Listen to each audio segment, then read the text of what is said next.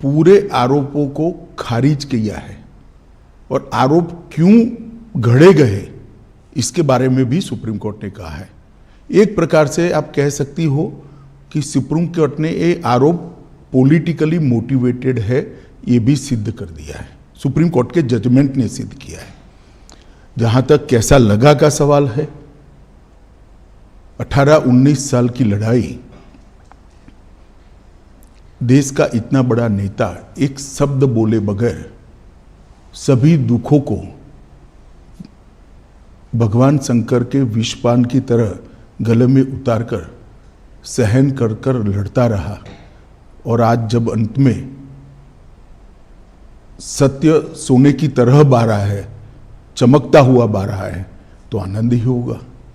मैंने बहुत नजदीक से मोदी जी को इस दर्द को झेलते हुए देखा है, इस आरोपों को झेलते हुए देखा है, और सब कुछ सत्य होने के बावजूद भी क्योंकि न्यायिक प्रक्रिया चालू है, हम कुछ नहीं बोलेंगे। इस स्टैंड को कोई बहुत मजबूत मन का आदमी ही ये स्टैंड ले सकता है। ये अभी जो इंटरव्यू हम कर रहे हैं वो मैं 2003 में भी गुजरात के गृह मंत्री के नाते कर सकता था, पार्टी के अध्यक्ष के नाते भी कहते, क्योंकि परिस्थिति में कोई बदलाव नहीं है, फैक्ट था। परंतु संपूर्ण न्यायिक प्रक्रिया जब तक समाप्त नहीं हुई तब तक मोदी जी ने इसको प्रभावित करने के लिए कुछ नहीं कहा, चुपचाप उसको सहन करते रहे। मैंने आपसे भी पूछा ये सवाल, मैंने मोदी जी से भी पूछा, और आप दोनों यही कहते थे कि न्यायिक प्रक्रिया चालू है इसलिए मैं कुछ बोलूंगा नहीं। आपने भी यही कहा और मोदी जी ने भी यही कहा।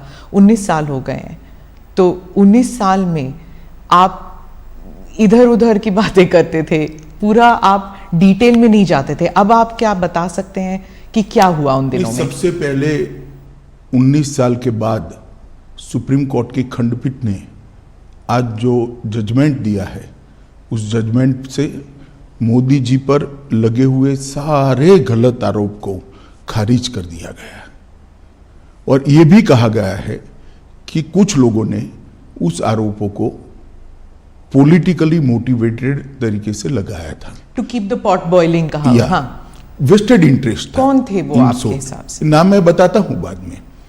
और तीसरा, इससे भारतीय जनता पार्टी की सरकार पर जो धब्बा लगा था वो भी धुला है, और मोदी जी जैसे वैश्विक नेता पर जो गलत आरोप लगाए थे, मैं मानता हूं कि लोकतंत्र के अंदर मोदी जी ने संविधान का सम्मान कैसे हो सकता है, इसका एक आदर्श उदाहरण सभी राजनीति में काम करने वालों लोगों के सामने करा।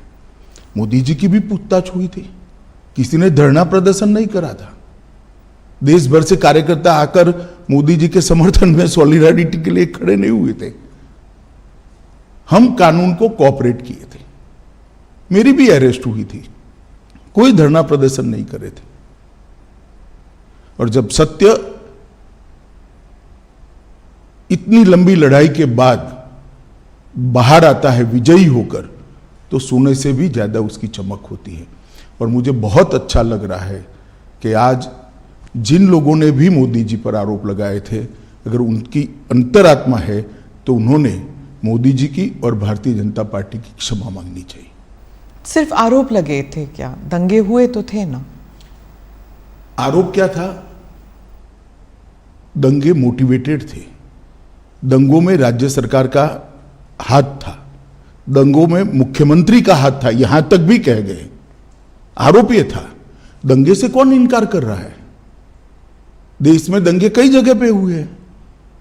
तो क्या उन दिनों में आप भी थे वहां पर, तो उन दिनों में क्या पुलिस जो है, जो कहते हैं कि पुलिस कुछ कर नहीं पाई, जो कुछ ऑफिशियल्स थे वो they were not able to do much, और बहुत से लोग कहते हैं कि वहाँ पॉलिटिकल जो व्यू था इस वजह से ना तो पॉलिटिकल ना तो ब्यूरोक्रेसी ना ही पुलिस इतना कर पाई रोकने के लिए, दंगे रोकने के लिए। देखिए, भारतीय जनता पार्टी की विरोधी राजनीतिक पार्टियां, कुछ आइडियोलॉजी के लिए राजनीति में आए हुए पत्रकार और कुछ एनजीओ ने मिलकर, एक त्रिकूट ने मिलकर ये आरोपों को इतना प्रचारित किया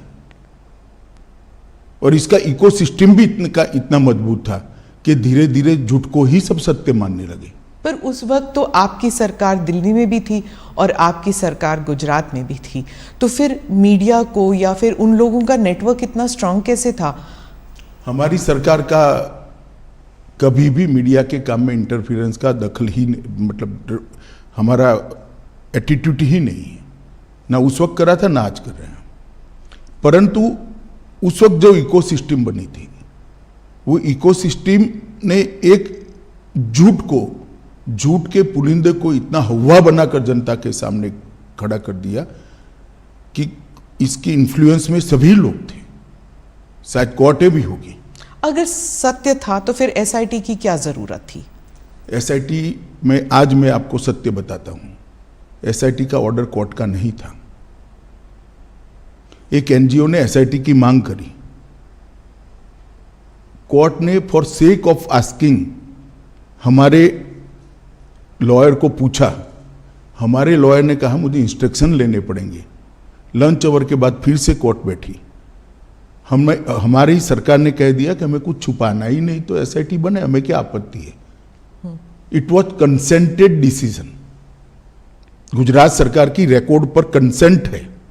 कोर्ट ने अपने जजमेंट में भी लिखा है कि एनजीओ की मांग थी, गुजरात सरकार ने कंसेंट दी है। हम बहस कर सकते थे मगर क्यों करें, क्योंकि हमें कुछ छिपाना ही नहीं था। आज जब जजमेंट आया है तब तय हो गया है कि जजमेंट में लिखा हुआ नाम मैं बोलता हूं,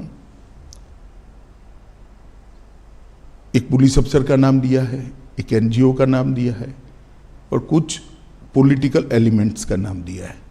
ये तीनों ने मिलकर जजमेंट के अंदर ये स्पष्ट कर दिया है कि सनसनी खड़ी करने के लिए झूठ बातों को फैलाया गया, झूठ बातों को आगे बढ़ाया गया और झूठे सबूत गढ़े गए। एसआईटी को जो जब जवाब लिखवा रहे थे तब भी उनको मालूम था कि ये झूठा जवाब है, जिसको एसआईटी ने भी बाद में कोर्ट के सामने रखा कि ये झूठे जवाब थे और वो जानते थे कि झूठे। आज कोर्ट ने स्पष्ट कर दिया कि सरकार ने दंगा रोकने के लिए भरसक प्रयास किए। कोर्ट ने यह तय कर दिया कि मुख्यमंत्री ने बार बार शांति की अपील की थी। कोर्ट ने यह तय किया घटनाएं मतलब ट्रेन जलाने की घटना के बाद जो दंगे हुए वो सुनियोजित नहीं थे, स्वप्रेरित थे। ये भी कोर्ट ने आज जजमेंट में कह दिया और तहलका द्वारा किए गए स्ट्रिंग ऑपरेशन को भी कोर्ट ने खारिज कर दिया, क्योंकि इसका आगे पीछे का पूरा फुटेज जब आया तब मालूम पड़ा कि स्ट्रिंग ऑपरेशन पॉलिटिकल